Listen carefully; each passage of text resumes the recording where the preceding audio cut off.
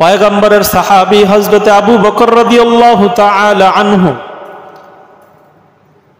কতটা আমলি সাহাবী ছিলেন, কতটা আল্লাহ পাকের পেয়ারা আমলি বান্দা ছিলেন, এই হযরত আবু বকর রাদিয়াল্লাহু আনহুর জীবনীতে পাওয়া যায়। সহিহ মুসলিমের বর্ণনা, হাদিসের বর্ণনাকারী হযরত আবু হুরায়রা রাদিয়াল্লাহু তাআলা আনহু। আবু হুরায়রা বলেন, পয়গম্বর একদিন জিজ্ঞেস করলেন সমস্ত সাহাবায়ে কেরামকে ফজরের নামাজ আদায় করার পর, মান আসবাহা মিনকুমুল ইয়াউমা সাইমা, হে আমার সাহাবারা, তোমরা ফজরের নামাজ আদায় করার পরে এখানে বসেছো, শোনো তোমাদের থেকে কারগুজারি শুনি আজকে। কি কারগুজারি? মান আসবাহা মিনকুমুল ইয়াউমা সাইমান, হে আমার প্রিয় সাহাবাগণ, আজকে তোমাদের মধ্যে কে রোজা রেখেছ? একটা লোক হাতে উঠায় না, পুরা মসজিদ ভরপুর মুসল্লি, একটা লোক কি উঠায় না। ফাকালা আবু বকর আনা ইয়া রাসূলুল্লাহ, আবু বকরের একটা হাত উঠে গেল, উঠে গিয়ে বলতেছেন, হুজুর আমি আবু বকর আজকে রোজা রেখেছি। ওয়া বারাকা ওয়া সাল্লামা তাসলিমান কাসীরান কাসীরা। أما بعد فأعوذ بالله من الشيطان الرجيم. بسم الله الرحمن الرحيم.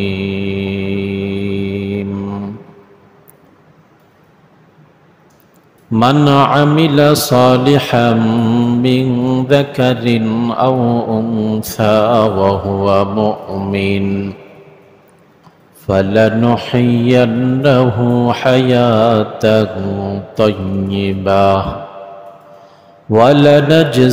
ولنجزينهم أجرهم بأحسن ما كانوا يعملون.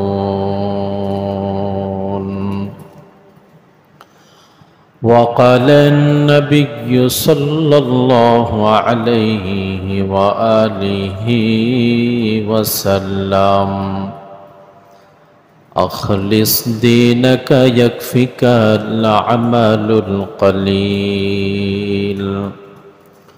اللهم صل على سيدنا محمد وعلى آل محمد كما صليت على إبراهيم وعلى آل إبراهيم إنك حميد مجيد.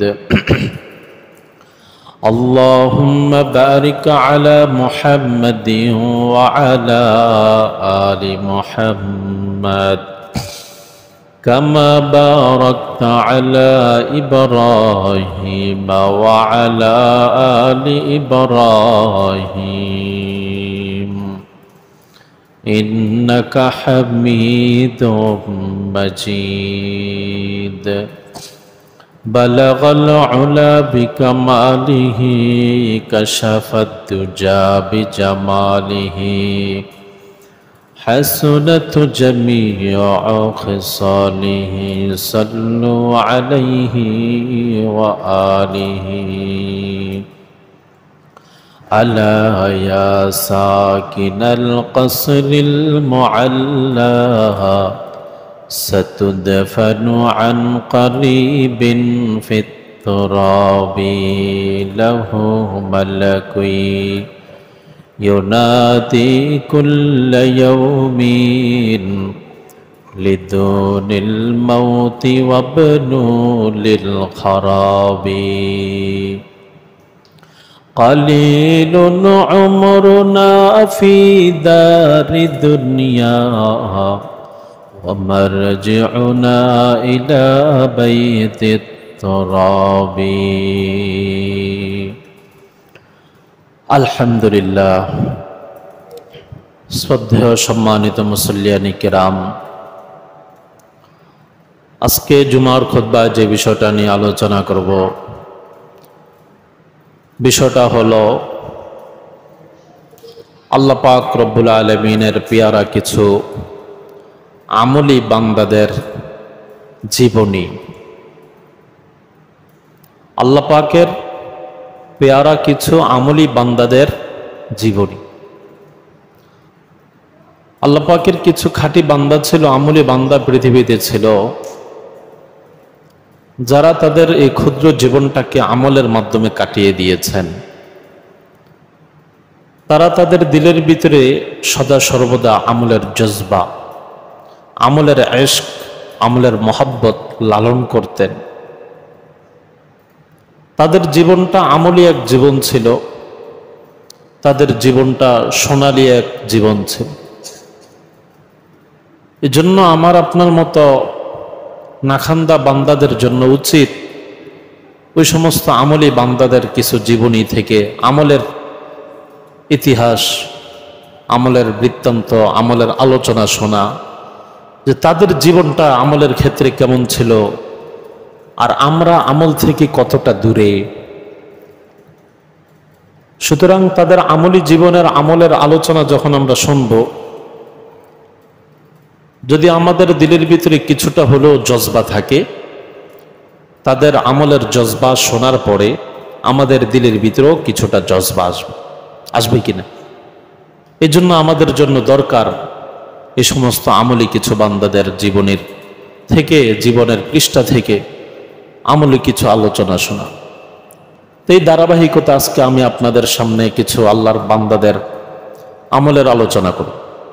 আল্লাহ পাক আমাকে, আপনাদের সবাইকে আল্লাহ পাকের পেয়ারা যে সকল বান্দারা তাদের জিন্দিগিটাকে আমলি জিন্দিগি রূপে করে গেছেন, তাদের জীবনের মতো আমাদের জীবনটাকে গড়ার তৌফিক দান করেন, বলেন আমিন।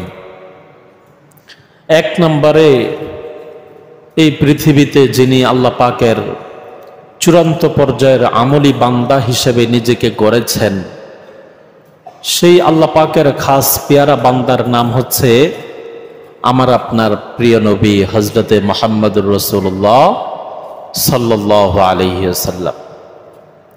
আল্লাহর এই খাস পেয়ারা বান্দা, আল্লাহর এই প্রিয় নবীজির জিন্দিগিটা তো এক আমলের অপূর্ব নমুনা ছিল।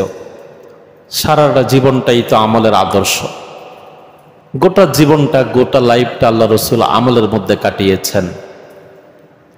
তো রসুলের জীবন ইতিহাস থেকে আমাকে আপনাকে কয়েকটা আলোচনা শোনার মাধ্যমে আমার আপনার জীবনে আল্লাহ রসুলের জীবনের থেকে আলো গ্রহণ করা দরকার। রসুলের জীবনীতে পাওয়া যায় রসুল সারা রাত নামাজের মধ্যে জায়নামাজে দাঁড়িয়ে দাঁড়িয়ে আল্লাহ পাকের কুদরতি কদমে সিজদায় লুটে পড়তেন। ঘণ্টাকে ঘণ্টা দাঁড়িয়ে জায়নামাজে দাঁড়িয়ে নামাজ পড়তেন। এমনও হয়েছে যে রসুল দাঁড়িয়ে দীর্ঘ সময় নামাজ পড়ার কারণে তার পা মোবারক পর্যন্ত ফুলে গিয়েছে। সহিহ বুখারীর বর্ণনা, হাদিসের বর্ণনাকারী হযরতে মুগীরা ইবনে শুবা রাদিয়াল্লাহু তাআলা আনহু, মুগীরা রাদিয়াল্লাহু আনহু বলেন, قام النبي صلى الله عليه وسلم حتى تورمت قدماه قيل يا رسول الله صلى الله عليه وسلم قد غفر الله لك من ذنبك ما تأخر وما تقدم قال أفلا أكون عبدا شكورا। আল্লাহ রসুল সাল্লাল্লাহু আলাইহি সাল্লাম সারা রাত দাঁড়িয়ে নামাজ পড়তেন। পা মোবারক ফুলে যেত। হুজুরকে বলা হলো, হুজুর আপনি যে এতটা দীর্ঘ টাইম দাঁড়িয়ে দাঁড়িয়ে নামাজ পড়েন, ইবাদত করেন, আপনার পা মোবারক ফুলে যায়, অথচ আপনাকে আল্লাহ পাক অতীতের ভবিষ্যতের সব গুনাহ ক্ষমা করে দিয়েছেন। আল্লাহ রসুলের অতীতের ভবিষ্যতের সব গুনাহ কি অগ্রিম ক্ষমা। এরপরও রসুল দাঁড়িয়ে দাঁড়িয়ে সারাটা রাত নামাজে থাকতেন, পা মোবারক ফুলিয়ে ফেলতেন। কতটা নামাজের আগ্রহী ছিলেন পয়গম্বর। তো হুজুর আপনি এটা কেমন কেন করেন? আপনার গুনাহ মাপ, তারপর আপনি এতটা নামাজের প্রতি আগ্রহী কেন? তখন রসুল সাল্লাল্লাহু আলাইহি সাল্লাম যে উত্তরটা দিলেন, হুজুর বলেন, আফালা আকুনু আবদান শাকুরা।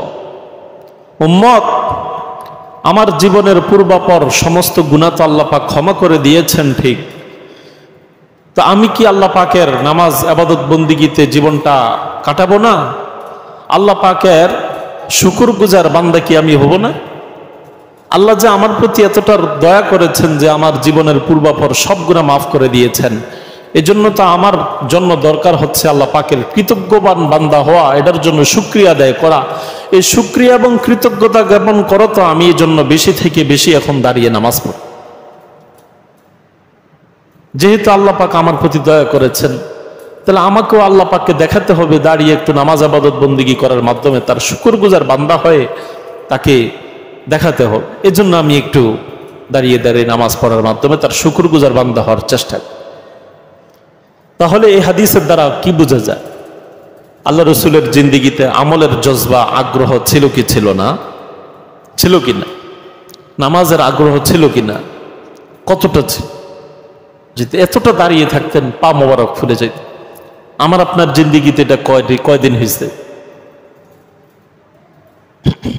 রসুলের নামাজের এতটা আগ্রহ হচ্ছে? সুবহানাল্লাহ। আল্লাহ রসুলের জিন্দিগিতে জামাতের ব্যাপারে নামাজ পড়ার যে আগ্রহ পাওয়া যায়, সহিহ বুখারীর বর্ণনা, হাদিসের বর্ণনাকারী হযরতে উরওয়া ইবনে জুবাইর রাদিয়াল্লাহু তাআলা। উরওয়া ইবনে জুবাইর বলেন, কুন্না ইনদা আয়েশা রাদিয়াল্লাহু তাআলা আনহা। উরওয়া বলেন, আমরা কিছু সাহাবায়ে কেরাম রাসূল আম্মাজান হযরত আয়েশার কাছে ছিলাম। ফাযাকারনা আস-সালাতা লাহু সাল্লাল্লাহু আলাইহি ওয়াসাল্লাম ওয়া তা'যীমা লাহু। আম্মাজান আয়েশাকে জিজ্ঞেস করলাম, পয়গম্বর সাল্লাল্লাহু আলাইহি ওয়াসাল্লামের নামাজের জামাতের প্রতি আগ্রহ কতটা ছিল, ইহতিমাম কতটা ছিল? আয়েশা রাদিয়াল্লাহু আনহা তখন বললেন, আল্লাহ রসুল সাল্লাল্লাহু আলাইহি সাল্লামের জীবনীতে নামাজের জামাতের অত্যন্ত আগ্রহ ছিল।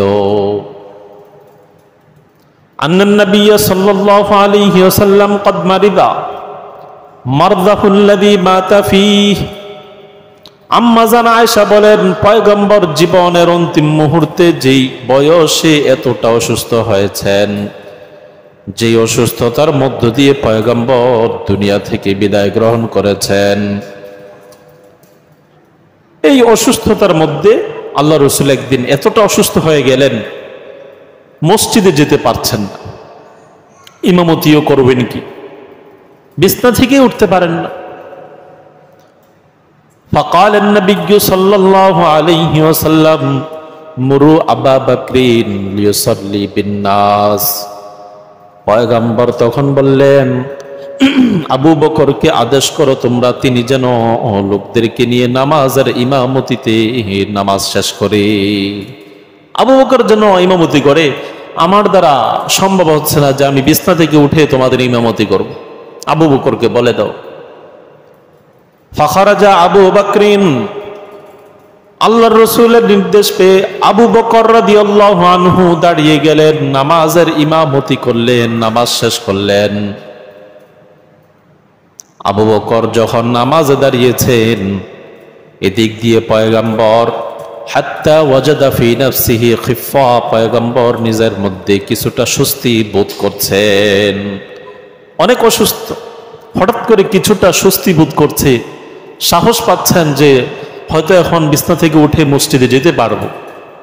তো রাসূল উঠলেন।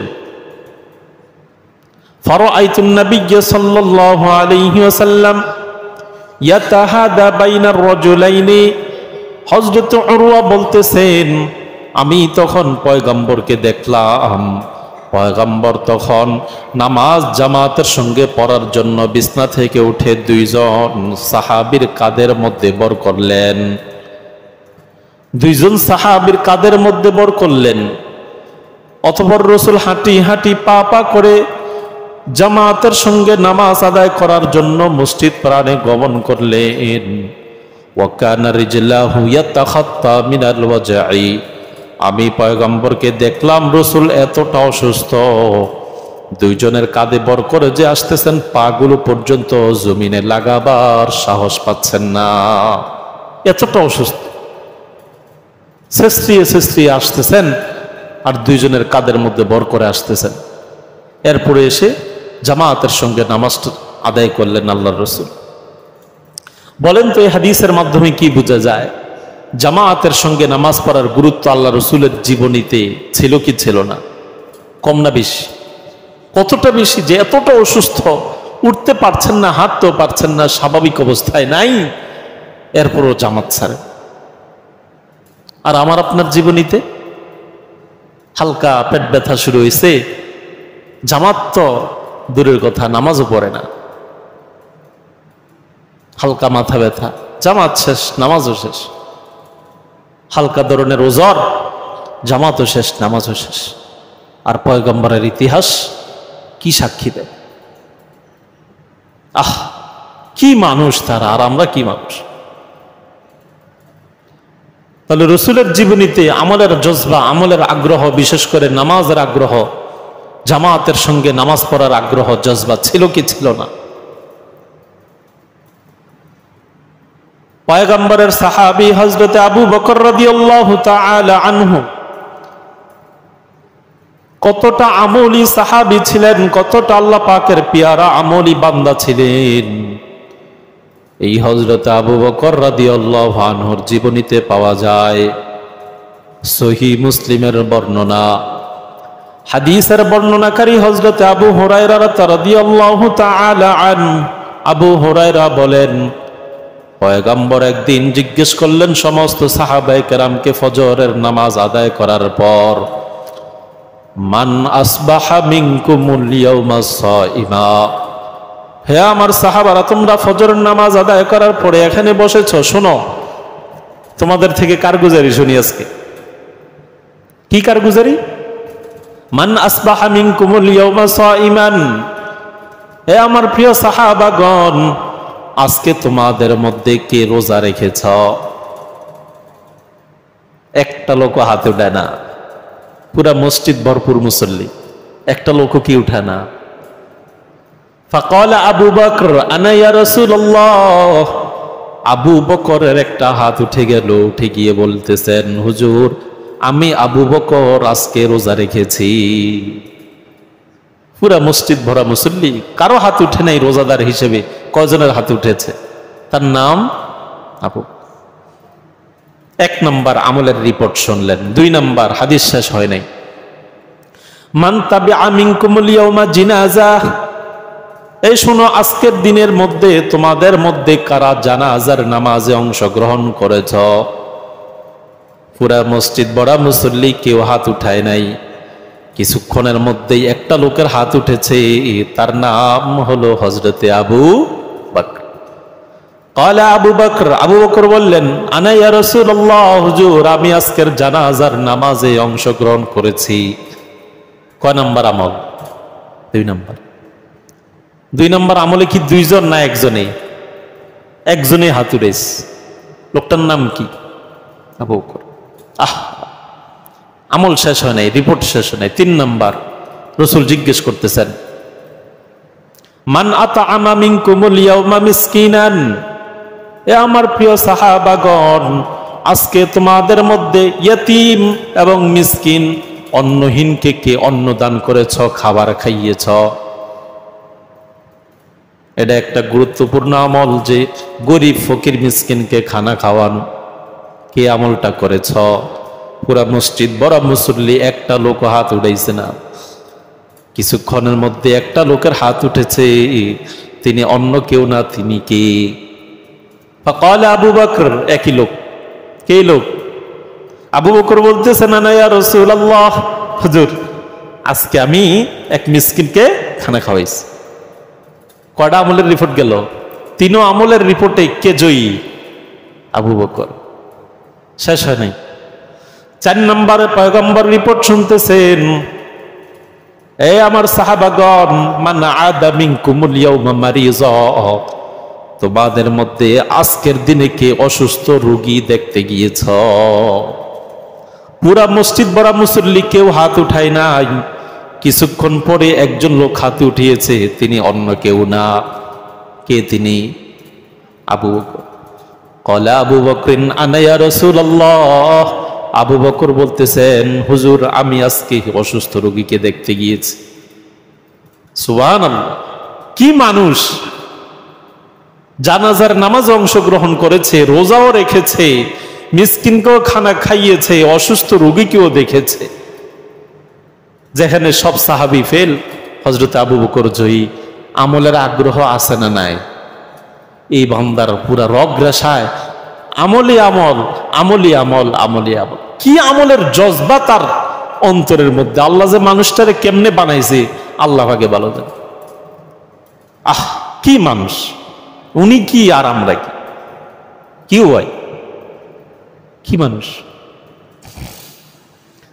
আল্লাহ! এ আবু বকরের জীবনীতে পাওয়া যায়, সুনানে দারিমির বর্ণনা, হাদিসের বর্ণনাকারী হযরতে ওমর ইবনুল খাত্তাব রাদিয়াল্লাহু আনহুমা, ওমর রাদিয়াল্লাহু আনহু বলেন, আমারনা রাসূলুল্লাহ সাল্লাল্লাহু আলাইহি ওয়াসাল্লাম আন নাতাসাদদাক, পয়গম্বর একদিন আমাদেরকে সদকা দান খয়রাত করার জন্য আদেশ করেছেন।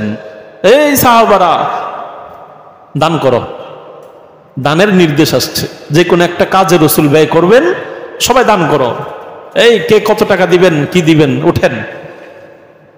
তা দান করার ক্ষেত্র এসেছে, পয়গম্বরের পক্ষ থেকে নির্দেশ এসেছে। ওই মজলিসে বিখ্যাত সাহাবী হযরত ওমরও ছিলেন, আবার আল্লাহ পাকের পাগল হযরতে আবু বকরও ছিলেন। অন্য সাহাবীদের মতো 2 জনও ছিল। ওমর বলতেছেন, ফাওয়াফাকা যালিকা বিমা ইনদি মালান, হযরত ওমর বলতেছেন, ওই সময় ঘটনাক্রমে আমার কাছে সম্পদ ছিল। আমি খুশি হয়ে বলেছি, মনে মনে বলেছি, ফাকুলতু আল-ইয়াউম আসবাকু আবা বকরিন ইন সাবাকতুহু বিশাই। আবু বকররে কোনোদিন ফেল করতে পারি নাই, পিছনে ফেলতে পারি নাই কোনো দিক দিয়ে, এমনকি দানের দিক দিয়েও আবু বকরের আগে আমি ওমর যেতে পারি নাই কোনোদিন। আজকে যেহেতু আল্লাহ পাক আমাকে সম্পদ দিয়েছে, আর হঠাৎ পয়গম্বর দান চেয়েছেন, মনে হয় আজকে দান করে আবু বকরকে পিছনে ফেলে দিব। মনে মনে খুশি কে? ওমর। কে খুশি? ওমর। কাকে পিছনে ফেলবে? আবু বকররে। কারণ আজকে ওনার কাছে মাল ছিল, সবসময় তো থাকে না, আছেও, রাসূলও চেয়েছেন। খুশি, খুশিতে বাগ বাগ। আজকে আবু বকরকে পিছনে ফেলে দিয়ে হযরত ওমর জয়ী হয়ে যাবেন, দান করবেন অঢেল সম্পদ। পয়গম্বরের সাহাবী হযরত ওমর ঘরে গেলেন, ফাআখাযা নিসফা মালাহু, হযরত ওমর সম্পদ, সমুদয় সম্পদের মধ্য হতে অর্ধেক সম্পদ নিয়ে পয়গম্বরের দরবারে আসলেন। পয়গম্বরের দরবারে অঢেল সম্পদ দিয়েছেন, অনেক সম্পদ, পুরা সম্পদের অর্ধেক নিয়ে আসছে। সম্পদ কম না বেশি? বেশি। পয়গম্বর এত সম্পদ দিয়ে টাসকি খেয়ে গেলেন, অবাক হয়ে গেলেন, হে ওমর, এত সম্পদ তুমি ঘর থেকে নিয়ে এসেছ? মা আবকাইতা লি আহলিক, তোমার ফ্যামিলির জন্য কি রেখে এসেছ? ওমর ওমর বললেন, আবকাইতু লাহুম মিসলা, হুজুর যে পরিমাণ নিয়ে এসেছি ওই পরিমাণ রেখে এসেছি, তাদের জন্য ওই পরিমাণ নিয়ে রেখে এসেছি, আপনার কাছে তার অর্ধেক নিয়ে এসেছি, তাদের জন্য আছে। সুম্মা জাআ আবু বকর, এরপরে আল্লাহ পাকের আশেক বান্দা হযরতে আবু বকর কিছু সম্পদ নিয়ে আসছে। নাম কি? আবু বকর কিছু সম্পদ নিয়ে আসছে। এটাও মোটামুটি কমই ছিল, ওমরের তুলনায় কম। বাকি ওনার কাছে যা সম্পদ ছিল ঘরের ভিতরে সব নিয়ে এসেছেন। পয়গম্বর আবু বকরকে দেখে বললেন, আবু বকর, তুমি যে সম্পদ নিয়ে এসেছ, মা আবকাইতা লি আহলিক, তোমার পরিবারের জন্য কি পরিমাণ সম্পদ রেখে এসেছ? আবু বকর তখন বলেন, হুজুর, আমার পরিবারের জন্য কোনো সম্পদ রাখি নাই, যা সম্পদ ছিল ঘরের মধ্যে সব আপনার দরবারে উপস্থিত করে দিয়েছি। তা আবু বকর এটা কি করে হয়? তাদের খাওয়ার জন্য পড়ার জন্য কিছু রেখে আসলে না? আবু বকর বলেন, আবকাইতু লাহুমুল্লাহ ওয়া রাসূলাহ, হুজুর আপনি টেনশন করিয়েন না, আল্লাহ আমাকে যেই পরিমাণ সম্পদ দান করেছে সব নিয়ে এসেছি আপনার দরবারে। আর আমার ফ্যামিলির খাওয়া পড়ার জন্য আল্লাহ এবং তার রসুলকে, আল্লাহ এবং তার রসুলের মহাব্বত ঘরের মধ্যে রেখে এসেছি। ঘরের মধ্যে কিচ্ছু নাই হুজুর, শুধু আল্লাহর মহব্বত আর আপনার মহব্বত, এছাড়া ঘরে কিছুই নেই। যা আমার ছিল সব আপনার দরবারে হাজির। ওমর আসেনি?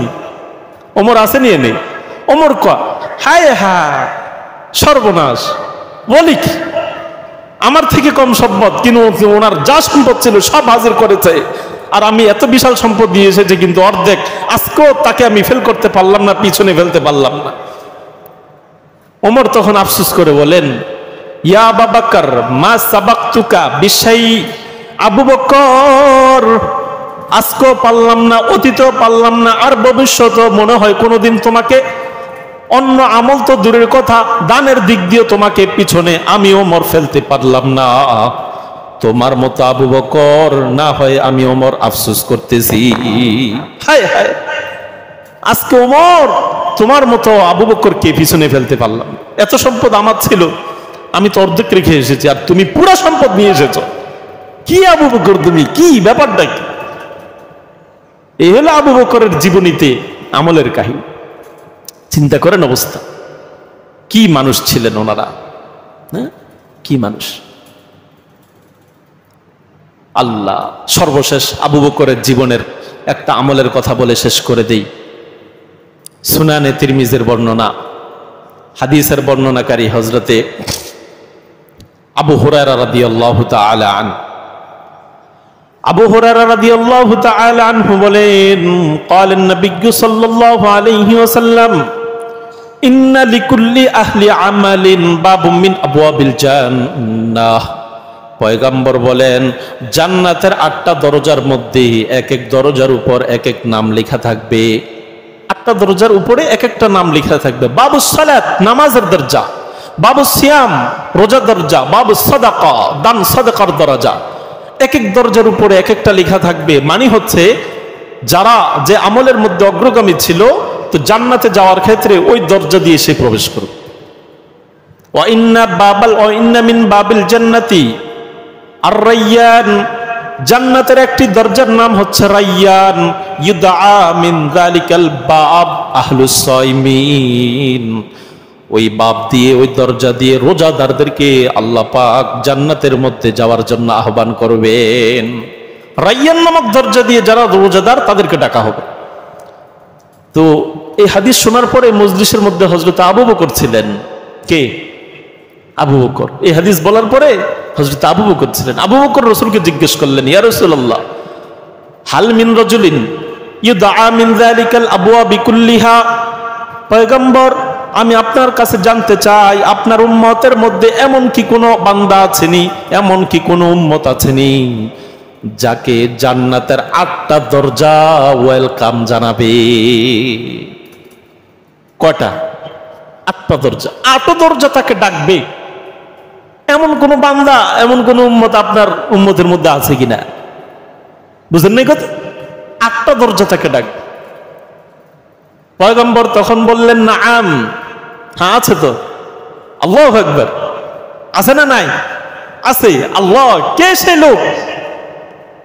কে সেই লোক? সেই লোকের বিবরণ দিচ্ছেন পয়গম্বর।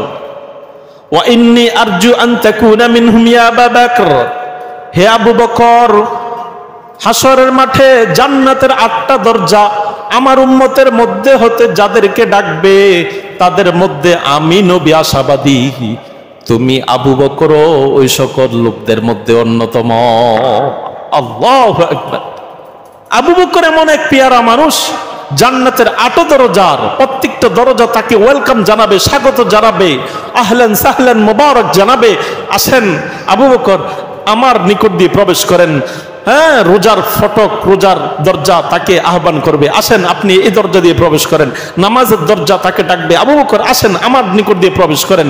এরকম ভাবে সাদাকার দরজা আবু বকরকে ডাকবে আর বলবে, আবু বকর আসেন আমার দরজা দিয়ে প্রবেশ করেন। প্রত্যেকটা দরজা একটা লোককে ডাকবে, তার নাম আবু। কি মানুষ! আর আমাকে আপনাকে কয় দরজা ডাকবে? কি আমল করেছে, কি পুঁজি আছে? হ্যাঁ, যদি এমন থাকতো যে জান্নাতে যাওয়ার মধ্যে একটা দরজার নাম হলো বাবুল মাল, সম্পদের দরজা, তাহলে মনে হয় ওটা ডাকতো, আসো সম্পদ কামাই করছো, আসো এই দরজা দিয়ে ঢোকো। আল্লাহ আপনি আমাদের অন্তরের ভিতরে আমলের জজবা, আমলের স্পৃহা কায়েম করে দেন, যাতে করে এই অল্প সামান্য সময়ের জিন্দিগিটাকে আমলি জিন্দিগি রূপে গড়ে কবরে মাথা দিতে পারি, অনন্তকালের জিন্দিগিটাকে শান্তির জীবন রূপে গড়তে পারি, জান্নাতের মেহমান হয়ে দুনিয়া থেকে আমলি জীবন রূপে গড়ে যেতে পারি। আল্লাহ আমাদের সবাইকে তৌফিক দান করেন, বলেন আমিন। ওয়া আখিরু দাওয়ানা আলহামদুলিল্লাহি রাব্বিল আলামিন।